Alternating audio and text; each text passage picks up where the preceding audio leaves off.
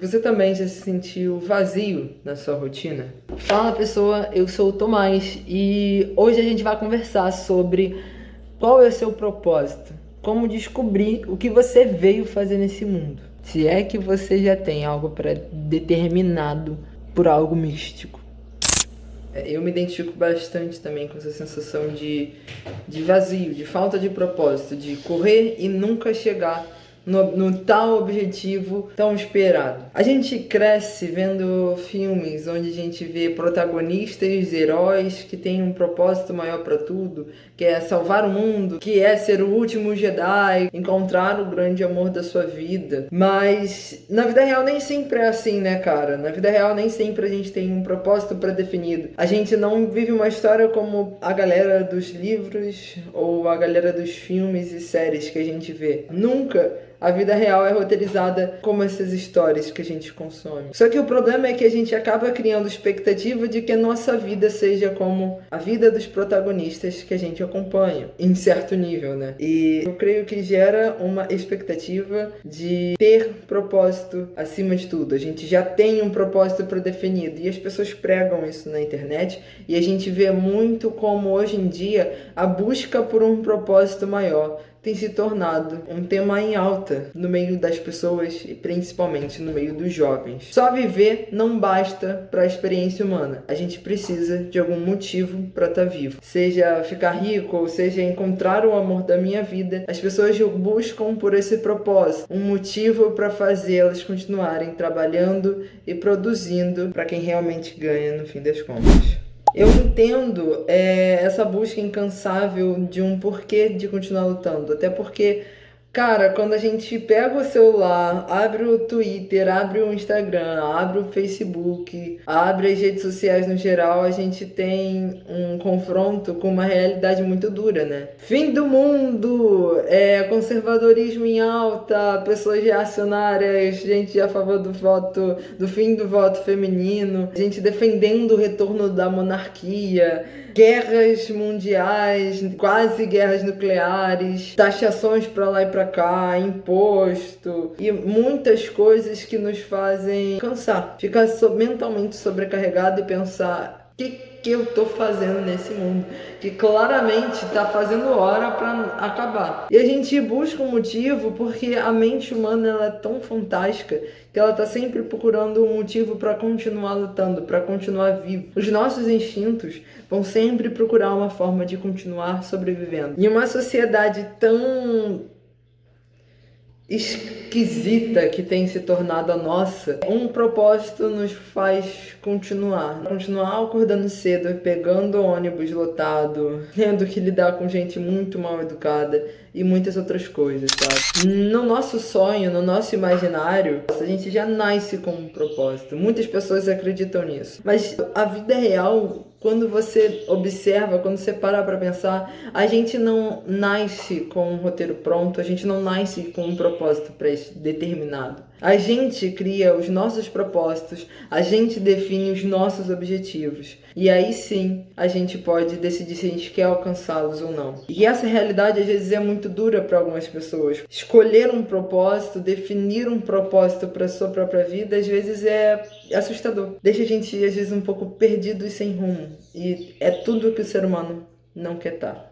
Quando as suas crenças particulares elas são confrontadas, muitas pessoas não conseguem lidar com esse confronto da realidade, com aquilo que eles acreditam. Tem uma frase de Sartre que eu acho muito interessante que diz: o homem existe primeiro e se define em seguida. Ou seja, a identidade é construída ao passar das experiências e vivências que nós temos como seres humanos. E a partir da nossa identidade, daquilo que acreditamos, daquilo que temos como moral, como certo, como bom, nós vamos definindo nossos propósitos, nossos ideais de vida. Pelo pouquinho que eu sei, um dos momentos mais importantes para a formação da identidade de uma pessoa acontece também na adolescência. E nesse período, pelo menos, eu vejo que a gente busca de tudo. A gente quer se enquadrar em algum lugar, sabe? A gente quer fazer parte de alguma coisa. A gente quer se encaixar em alguma coisa, sabe? Porque a gente está buscando a nossa própria identidade. Mesmo que indiretamente eu vejo que é nessa época que a gente percebe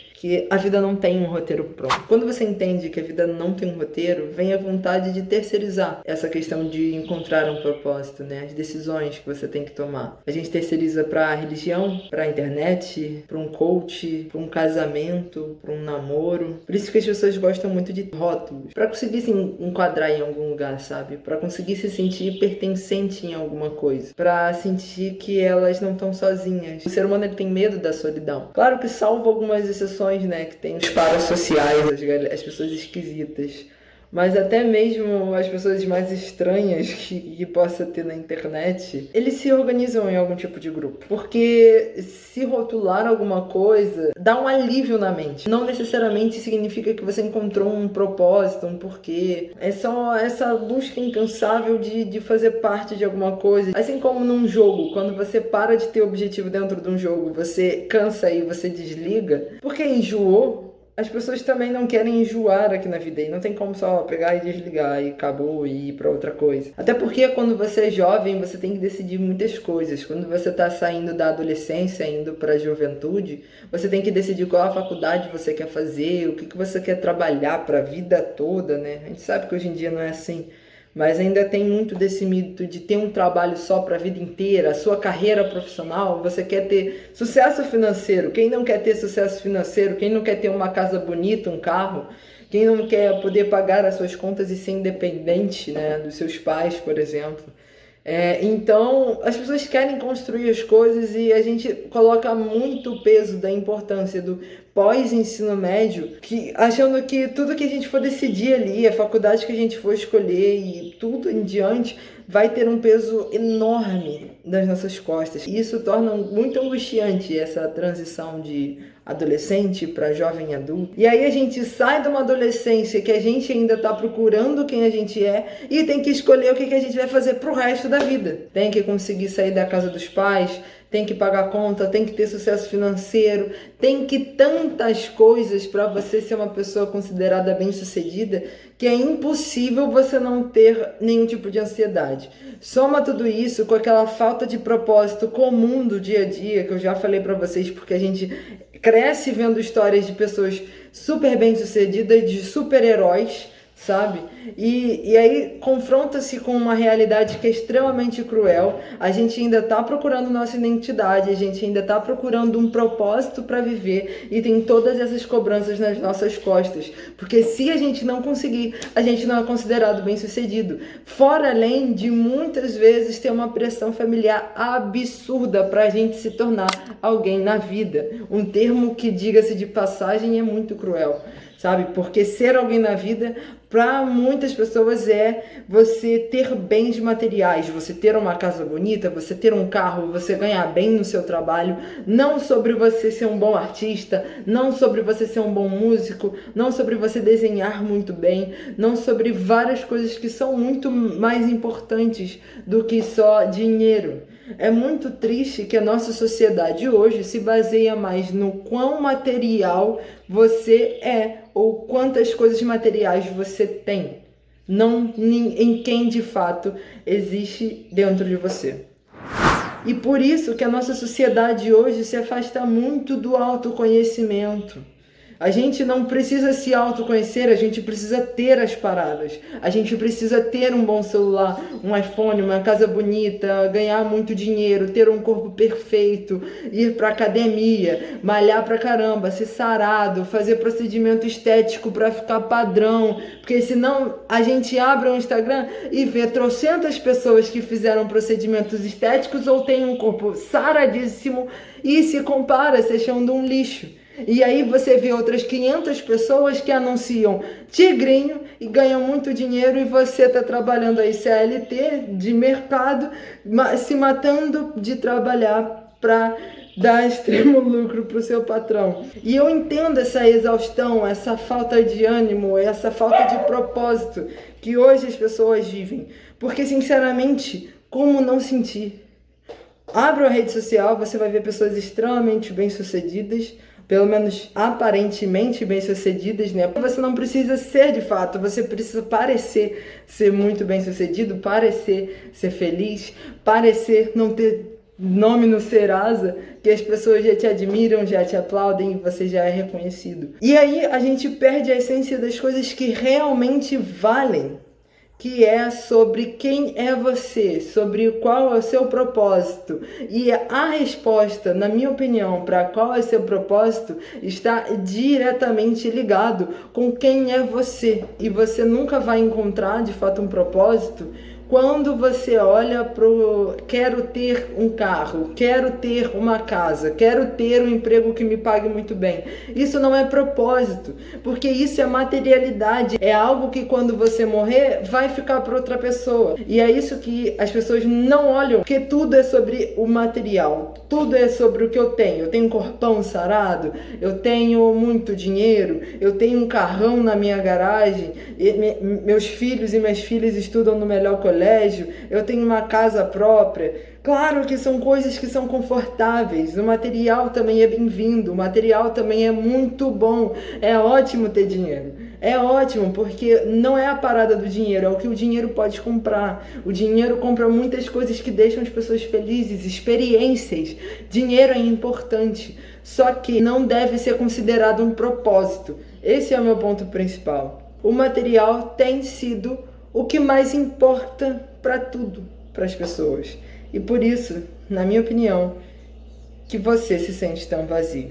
O que eu quero dizer, no fim das contas, é que se autoconheça. Busque entender quem é você para que você possa sair desse looping de vazio. Não se compare com o que as outras pessoas postam na internet, porque as outras pessoas, além de potencialmente mentir, elas estão mostrando o raso delas. É raso atrás de raso. Raros são as exceções que a gente não vê isso. Então, busque consumir conteúdos que te ajudem a se autoconhecer, a desenvolver hobbies pessoais, para que você possa encontrar seu propósito.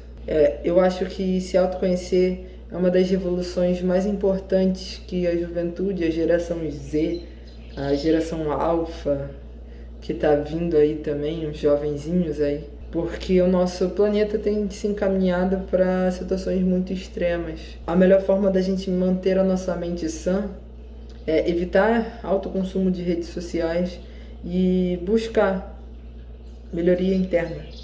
Não para aparecer nas redes sociais, mas que você possa proteger a sua mente e o seu coração do algoritmo da internet. Hoje em dia, eu diria que o maior perigo à juventude é a internet. Não pelos mesmos motivos que pais e mães conservadores falam, mas sim porque está afetando a nossa saúde mental. Principalmente a saúde mental dos meninos, com esses conteúdos duvidosos aí.